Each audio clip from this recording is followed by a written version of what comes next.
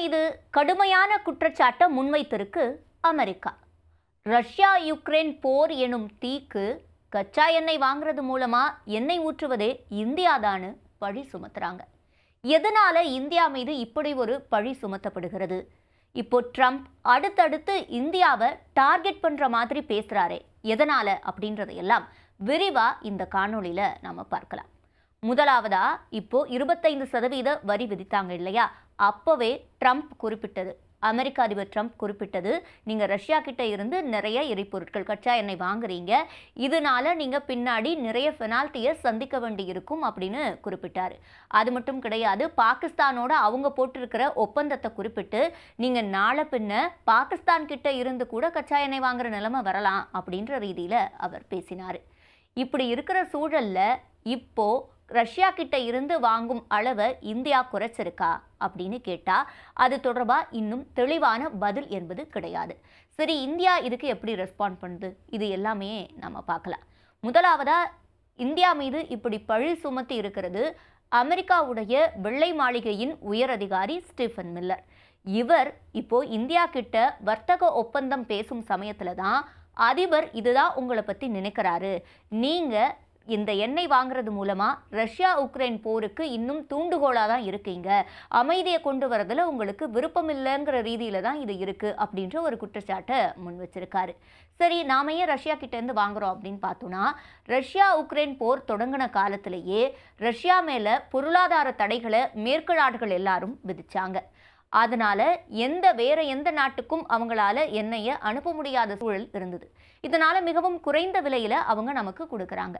சரி, நாம மட்டும்தான் ரஷ்யா கிட்ட இருந்து வாங்குறோமா அப்படின்னு கேட்டா கிடையாது. சீனா தான் ரஷ்யா கிட்ட இருந்து அதிகமா வாங்கிட்டு இருக்காங்க. நாம அவங்கள விட குறைவா தான் வாங்குறோம். ஆனாலும் முன்பு இருந்ததை விட இப்ப விலை குறைவு அப்படின்றதுனால 1/3 அப்படின்ற அளவுல இப்ப ரஷ்யா கிட்ட இருந்து வாங்கிட்டு இருக்கோம்.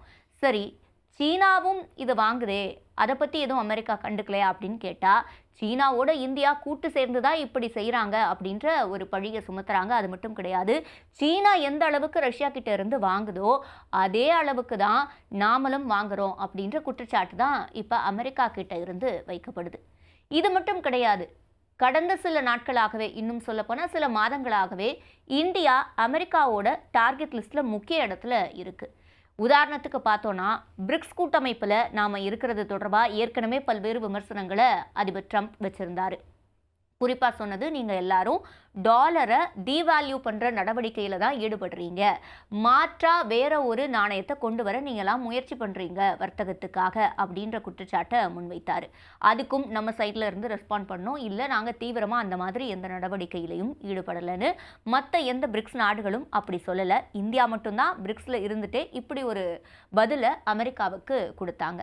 இதில் முக்கியமாக கவனிக்க வேண்டியது, பிரிக்ஸில் சீனாவும் ரஷ்யாவும் இருக்காங்க. ஸோ பிரிக்ஸ் கூட்டமைப்பு மொத்தமாக மேற்கு நாடுகளுக்கு எதிராக மாறாமல் இருக்கிறதுக்கு இந்தியாவும் ஒரு காரணம் அப்படின்றதையும் அமெரிக்கா இந்த இடத்துல புரிஞ்சிருக்கணும். அடுத்ததா, வரி தொடர்பான ஒரு கமெண்ட். அதாவது, இந்தியா எப்போவுமே 100% வரி விதிக்கிறாங்க, ஆனால் நம்ம அந்த அளவுக்கு அவங்களுக்கு விதிக்கிறது இல்லை, நம்ம ஃப்ரீயாக தான் அவங்களோட பொருட்களை இறக்குமதி செய்கிறோம் அப்படின்னு சொல்லி நம்மளுடைய வரி சம்பந்தமாக தொடர்ச்சியான குற்றச்சாட்டுகளை வச்சுட்டு வந்து தான் கடைசியாக 25% அப்படின்னு சொல்லி ஆகஸ்ட் மாதம் அது அமல் அப்படின்னு சொல்லி அறிவிச்சார். இதுக்கு அடுத்தபடியாக நம்ம பார்க்கும்போது, பாகிஸ்தானோட அதிபர் ட்ரம்ப் காட்டின நெருக்கம், இதுவும் இந்தியாவுக்கு நெருடலான ஒரு சூழலை தான் அமைச்சு கொடுத்தது. அது மட்டும் இல்லாமல், இந்த வரி ஒப்பந்தம் தொடர்பான நெகோசியேஷன்லையும் ஒரு தெளிவான தீர்வு என்பது கிடைக்கல. நம்மளோட அண்டை நாடுகளாக இருக்கக்கூடிய வங்கதேசம், பாகிஸ்தான், இவங்க எல்லாரையும் விடையும் நமக்கு தான் அதிகமாக வரி விதிச்சிருக்காங்க. இதனால் நமக்கு வர்த்தக ரீதியாக சிக்கல்களை எழுப்பலாம் அப்படின்றது அமெரிக்காவோட முடிவாக இருக்குது. என்னென்ன ரீதியில் இப்போ இவங்க நமக்கு குடைச்சல் கொடுக்குறாங்க அப்படின்னு பார்த்தோன்னா, இந்த வரி ஒப்பந்தம், அதாவது ஃபினான்ஷியலி, கொள்கை ரீதியாக, பொருளாதார ரீதியாக, ராஜதந்திர ரீதியாகன்னு எல்லா வகையிலையும் அமெரிக்கா ட்ரை பண்ணி பார்க்குது. சரி, எதனால் திடீர்னு இந்தியா அமெரிக்காவோட டார்கெட் லிஸ்ட்டில் வந்துச்சு? இந்தியாவும் அமெரிக்காவும் நட்பு நாடுகள் தானே அப்படின்ற கேள்வி நமக்கு இங்கே வரும். இதுக்கும் அவங்க பதில் சொல்றாங்க, இப்பவும் நீங்க நட்பு நாடா தான் இருக்கீங்க. அதை இன்னமும் அந்த உறவை இன்னும் மேம்படுத்த தான் அதிபர் ட்ரம்ப்பும் நினைக்கிறாரு. ஆனா அதுக்காக நீங்க ரஷ்யாவை ஆதரிச்சு அந்த போரை ஊக்குவிக்கிறீங்க அப்படின்றத நாங்க மறுக்க முடியாது அப்படின்னு ஒரு குற்றச்சாட்டை வைக்கிறாங்க. இதுக்கு என்ன காரணம் அப்படின்னு பார்த்தோம்னா, ரஷ்ய அதிபர் புட்டின். இவர் ரஷ்யா உக்ரைன் போர் நிறுத்தம் தொடர்பான எந்தவித பேச்சுவார்த்தையிலையும் ஒரு உடன்பாடுக்கு வர மறுக்கிறாரு. இது அமெரிக்க அதிபர் ட்ரம்ப்புக்கு பெரும் சிக்கலா அமைந்திருக்கு. அவர் உடனடியா உக்ரைன் ரஷ்யா போரை நிறுத்தணும் அப்படின்ற ஒரு முடிவுல தான் அவர் ஆட்சிக்கு வரும்போதே இருந்தாரு. அந்த சூழல் இப்ப தடைப்பட்டு கொண்டே போகுது. அதுக்கு இதுதான் முக்கிய காரணமா இருக்கு. அப்ப இன்னும் ரஷ்யாவுக்கு அழுத்தம் கொடுக்கணும் அப்படின்னா அதுக்கு இப்ப இந்தியா மூலமா தான் அழுத்தம் கொடுக்கணும்னு நினைக்கிறாங்க. இதற்கு முன்பு அமெரிக்கா இந்தியாவோட மிகவும் நட்பா இருந்ததற்கான முக்கிய காரணம், இப்பவும் நட்பு நாடா தான் இருக்காங்க, சின்ன சின்ன விரிசல்கள். ஆனாலும் ரொம்ப இந்தியாவோட அனுசரித்து போனதுக்கு முக்கிய காரணம், ஆசியாவில் முக்கியமா சீனாவுக்கு எதிராக அமெரிக்கா ஸ்ட்ராங்காக இருக்கணும் அப்படின்னா அது இந்தியாவோட ஒத்துழைப்பால் மட்டும்தான் முடியும் அப்படின்னு அவங்களுக்கு நல்லாவே தெரியும். அதனால தான் அந்த அளவுக்கு ஒரு நல்லுறவை மெயின்டைன் பண்ணாங்க.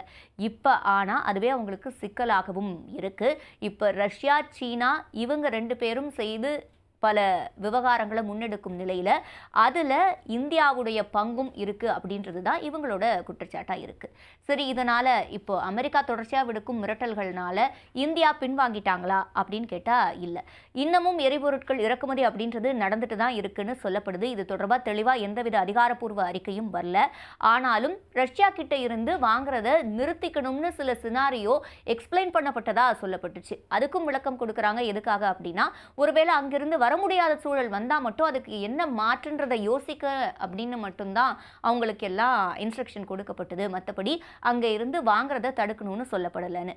இதெல்லாம் நடந்துட்டு இருக்கிற சமயத்தில் தான் பிரதமர் நரேந்திர மோடி மக்களுக்கிட்ட பேசும்போது சொல்கிறாரு, நீங்கள் எல்லாரும் இந்திய பொருட்களை வாங்குறதுல தான் நீங்கள் ஊக்குவிக்க முடியும் அப்படின்ற ஒரு விஷயத்தையும் குறிப்பிடுறாரு. அப்போ இந்த ஸ்டாண்டில் இருந்து இந்தியா திரும்பி போகாது அப்படின்றது நமக்கு வெளிப்படுது. முக்கியமாக இந்தியா மற்ற நாடுகளோட எவ்வாறான உறவை வைத்திருக்கு அப்படின்றது இந்தியா எடுக்கக்கூடிய முடிவாக தான் இருக்கணும். அதில் அமெரிக்கா தலையிடக்கூடாது அப்படின்றது தெளிவுபடுது. 2வது, இந்த வரி ஒப்பந்தம் தொடர்பாக எந்தவித முடிவும் எட்டப்படாமல் இருக்கிறதுல இருந்து அக்ரிகல்ச்சர், டைரி செக்டார், இந்த செக்டார்ஸில் எந்தவித காம்ப்ரமைஸும் கிடையாது அப்படின்றதுலையும் இந்தியா தெளிவாக இருக்கிறதா சிலர் குறிப்பிடுறாங்க. வெளியுறவுத்துறை செய்தி தொடர்பாளர் இதை தான் குறிப்பிடுறாரு. அமெரிக்காவும் இந்தியாவும் இன்னும் நட்புறவோடு தான் இருக்கும். விரைவில் இந்த சிக்கல்களை தீர்க்கறதுக்கான வேலைகளை இந்தியா செய்யும், எந்தவித காம்ப்ரமைஸும் இல்லாம.